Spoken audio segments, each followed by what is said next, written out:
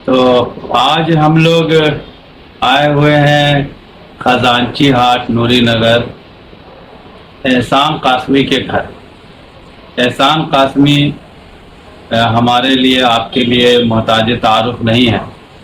سیمانچل میں علم و ادب کی تاریخ اور ادبی اور علمی شخصیات کی تاریخ کے علاوہ یہاں کی جو جغرافیائی جو خطہ ہے یہاں کا، اور جو یہاں کی سیاسی تاریخ ہے، اور جو یہاں کی قدیم تاریخ ہے، ان سب پر احسان قاسمی کی نظر ہے۔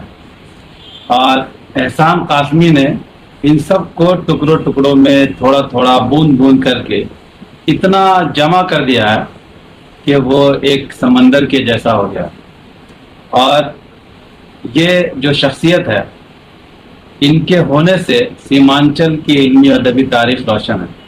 آپ کو میں بتا دوں کہ یہاں پہ جو سیمانچل کا خطہ ہے، جو پہلے قدیم پورنیہ کہلاتا تھا، اس میں ایک اکمل یزدانی صاحب ہوتے تھے۔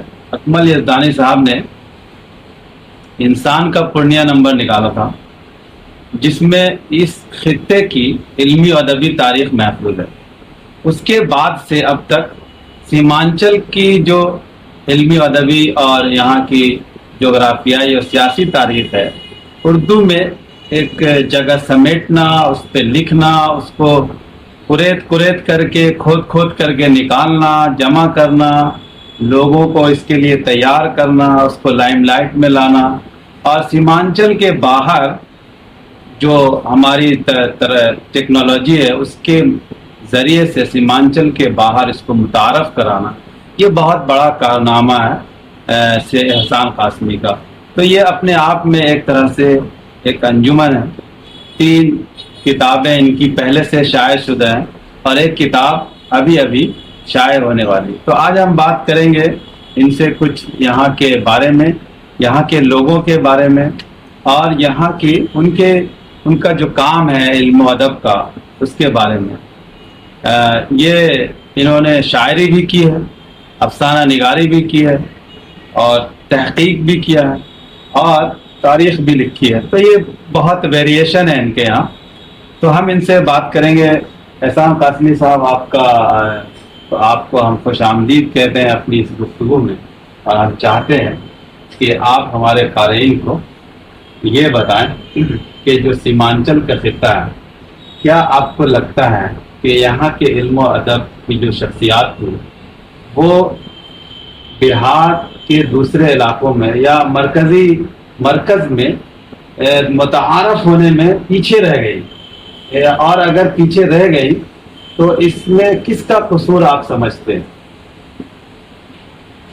سب سے پہلے تو میں آپ کو خوش آمدید کہتا ہوں اپنے غریب خانے پر، اور میرا خیال ہے کہ آپ 2-3 برس کے بعد یہاں تشریف لائے ہیں، تو آپ سے مل کے بہت اچھا لگا۔ اور طیب فرقانی صاحب بھی کہ میں کیا تعریف کروں، یہ مظفر پور کے رہنے والے، لیکن یہ اب سیمانچل میں ایسے رچ بس گئے ہیں کہ لگتا ہی نہیں ہے کہ یہ غیر سیمانچلی ہیں۔ جس طرح سے طارق جمیلی صاحب ہمارے استاد محترم مظفر پور کے تھے، اور انہوں نے پورنیہ کو، سیمانچل کو اپنے دل میں، اپنے ذہن میں، اپنے جذبات میں بسا لیا تھا، اور پورنیہ جیسی ایک تاریخی اور نظم لکھی جو اپنے آپ میں باکمال شاعری ہے۔ تو مجھے لگتا ہے کہ طارق جمیلی کے بعد اگر کوئی شخصیت ہے تو طیب فرقانی صاحب کی ہی شخصیت ہے۔ بہت شکریہ۔ جو کبھی ارریہ چلے جاتے ہیں، کبھی گلگلیا چلے جاتے ہیں، کبھی مہانندا میں ناؤ کی سیر کرنے لگتے ہیں ماشاءاللہ، کبھی چائے کے باغات میں ٹہلنے لگتے ہیں۔ تو انہوں نے سیمانچل کو بالکل اپنے دل میں بسا لیا ہے، وہ اب ہم لوگ ان کو سیمانچلی آج سے ڈکلیئر کر دیتے ہیں. بہت شکریہ. اور رہ گئی بات جو آپ نے سوال پوچھا ہے، تو اس میں کہیں کوئی دو رائے نہیں ہے کہ زمانہ قدیم سے پورنیہ علم و ادب کا مرکز رہا. یہاں جس زمانے میں فوجداروں کی حکومت تھی، اس زمانے سے یہ علم و ادب کا گہوارہ رہا ہے. میر باقر حزی ایک بہت مشہور نام ہے، جنہوں نے بہار میں یا عظیم آباد میں ریختہ کو متعارف کرایا. وہ بھی شوکت جنگ اور سولت جنگ کے دربار سے منسلک رہے، اور ان کا مزار بھی چینی بازار میں جمال الحق رحمۃ اللہ علیہ کے مزار کے قریب واقع ہے. یہاں بہت سارے نام ایسے ہیں، کیونکہ یہ گفتگو مطمئن نہیں ہو سکتی ہے کہ تمام ناموں کا ذکر کیا. لیکن 1728 عیسوی میں یہاں ودیادھر نام کی مثنوی لکھی گئی، اور اس کے جو مصنف تھے شیخ کفایت اللہ صاحب، 1728 اور ابھی 2025 یعنی 300 سال مکمل ہونے میں صرف 3 سال بچے ہوئے ہیں. تو سمجھ لیجئے کہ 300 سال پرانی وہ مثنوی ہے. جس زمانے میں کہ اردو میں جو مثنویاں لکھی گئی گلزار نسیم وغیرہ، تو وہ تو پیدا بھی نہیں ہوئے اس زمانے. تو بہت بات کی تھی، بہت بعد میں آئے، لیکن وہ مثنوی بھی گمنام رہ گئی. اور قدیم پورنیہ، جس کو آج ہم سیمانچل کے نام سے موسوم کرتے ہیں، جس میں 4 اضلاع بہار میں ہیں: پورنیہ، کٹیہار، کشن گنج، ارریہ. اور اس کے علاوہ 1956 عیسوی میں اسٹیٹ ری آرگنائزیشن ایکٹ کے تحت کشن گنج کا بڑا حصہ جو اسلام پور سب ڈویژن وہ مغربی بنگال کو دے دیا گیا. وہاں بھی بہت بڑی اردو آبادی بستی ہے. تو سیمانچل جو ہے وہ کوئی سیاسی آپ کہہ سکتے جو خطہ نہیں ہے، بلکہ یہ جغرافیائی اور ثقافتی خطہ. تو موٹے طور پر آج ہم یہ بہار میں جو 4 اضلاع ہیں اور اسلام پور سب ڈویژن، جس میں اسلام پور، گنجریا، کانکی، دالکولہ وغیرہ بہت ایسی جگہیں ہیں جہاں اردو بولنے والے آج بھی ہیں، اردو میں کام کر رہے ہیں لوگ، اور خود کو سیمانچلی بولنے میں فخر محسوس کرتے ہیں. سب سے پہلی جو مطبوعہ کتاب سیمانچل کی ہے وہ 1896 عیسوی میں پلاسمنی بہادر گنج کے عزیزی صاحب نے لکھا تھا. وہ کہ اس میں کچھ فارسی غزلیں تھیں اور کچھ اردو غزلیں تھیں، جس کا نام تھا کلیات عزیزی. اور 1896 میں انہوں نے اس کو بنارس سے چھپوا کے شائع کیا. اس کے بعد بھی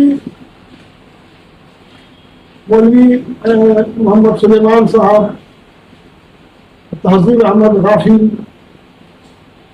اور اکمل یزدانی صاحب، رکن الدین دانا سہسرانی صاحب.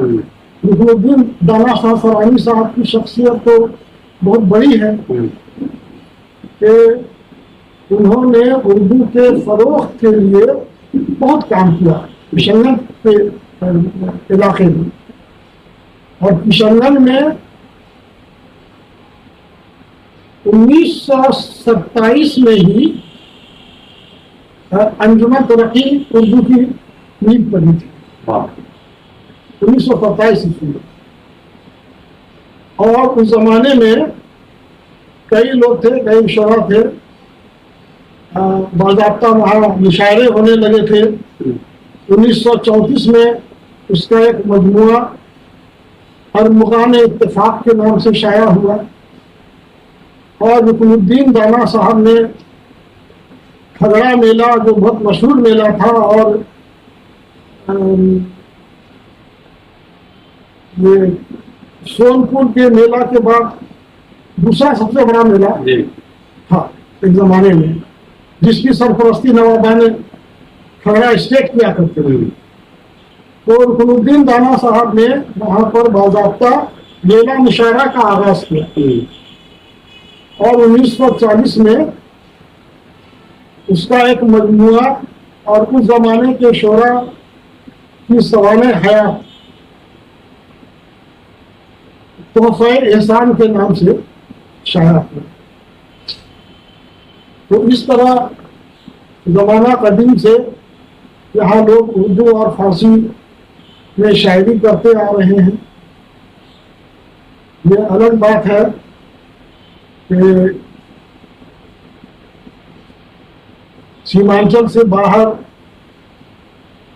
آپ کہیے کہ ہندوستان میں ملکی سطح پر، یا آپ اس سے بھی نیچے اتر کے کہیے کہ بہار میں بھی ان کی بہت زیادہ پہچان نہیں بن سکتی. تو اس کی وجہ تو ایک یہ ہے کہ یہ سیلاب زدہ علاقہ رہا. بہت ساری چیزیں جو ہیں سیلاب کی نظر ہو گئی، آج تلاش کرنے پر بھی نہیں. دوسری چیز یہ ہے کہ یہاں پرنٹنگ وغیرہ کا بڑا مسئلہ تھا. وہ محبوب الرحمان محبوب صاحب نے کہیں پورنیہ خزانچی اردو میڈیم اسکول کے قریب کھولا تھا. اچھا. 1934 کے آس پاس.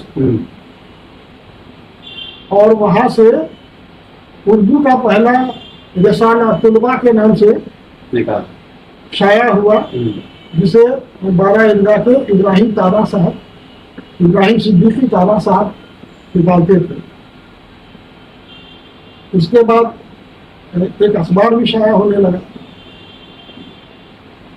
بعد میں ایسا ہوا کہ محبوب صاحب نے، وہ تو انگریزی حکومت تھی زمانے میں، تو انہوں نے کوئی ایسا مضمون شائع کر دیا جو انگریزی حکومت خفا ہو گئی. اور ایک تو وہ تمام چیزیں سیز ہو ہی گئی. بعد میں ان کو پورنیہ چھوڑ کے کشن گنج شفٹ ہونا پڑا، اور وہاں پھر انہوں نے جہانگیر پریس کے نام سے پریس قائم کیا. تو ایک یہ مسئلہ ہوا پریس کا. تیسری بات یہ ہے کہ سیمانچل کے لوگ جو ہے وہ بڑے انوویٹ قسم کے رہے ہمیشہ. ان کو کبھی ان کے دل میں یہ خواہش نہیں ہوئی کہ میرا بھی نام ہونا چاہیے، ہم بہت اچھا لکھتے ہیں تو لوگوں تک یہ بات پہنچنی چاہیے. انہوں نے لکھ دیا، 2-4 لوگوں کو سنایا اور اس کے بعد رکھ دیا. چوتھی بات یہ ہے کہ کبھی سنجیدگی کے ساتھ محققین نے بھی سیمانچل کی طرف نہیں دیکھا. آج بھی نہیں دیکھ رہے ہیں. آج بھی ایسی چیزیں آپ سوچیں کہ 300 سال پرانی مثنوی ہے، تو کیا اس پر تحقیق نہیں ہو سکتی تھی؟ کیا کلیات عزیزی جو 1896 عیسوی میں شائع ہوئی، کیا اس پر تحقیق نہیں ہو سکتی تھی؟ لیکن